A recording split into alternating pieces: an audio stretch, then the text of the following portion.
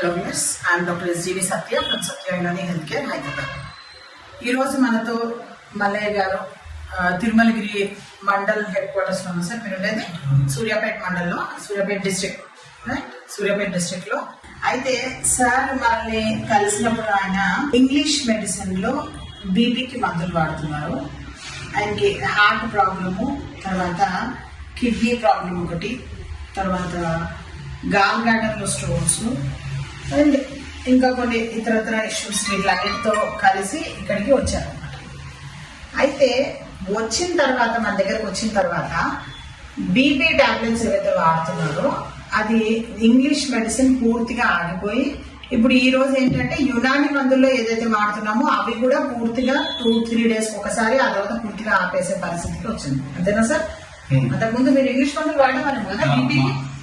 అంటే యూజువల్ గా అందరూ అనుకుంటుంటారు కదా బీపీకి అసలు మందులు ఎప్పుడు ఆగనే ఆగవు అని అంటుంటారు కదా. ఇగో ఇంకొక ఎగ్జాంపుల్, బీపీ కూడా పూర్తిగా బంద్ అవుతాయి అని.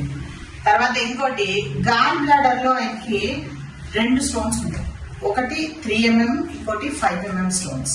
ఈ 2 స్టోన్స్ కూడా ఈ రోజు కనుక రిపోర్ట్ చూసినట్టయితే కనుక ఈ రిపోర్ట్ లో కంప్లీట్ గా అసలు నో స్టోన్స్ అన్నది, స్టోన్స్ మొత్తం కరిగిపోయినాయి కదా. కరెక్ట్.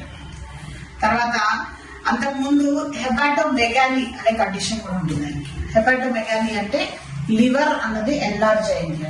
ఆ లివర్ ఏదైతే ఎన్లార్జ్ అయిందో అది దాదాపు ఎంత 17.3 సెంటీమీటర్స్ ఉంటుంది లివర్.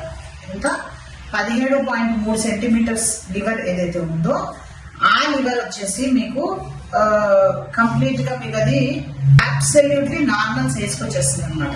లెస్ దెన్ 13 సెంటీమీటర్స్ కి వచ్చేస్తుంది. అంతగా తగ్గింది అనమాట లివర్ అన్నది కూడా ఏదైతే ఎన్లార్జ్ అయిందో అదంతా కూడా నార్మల్ సైజ్ కి వచ్చేసింది.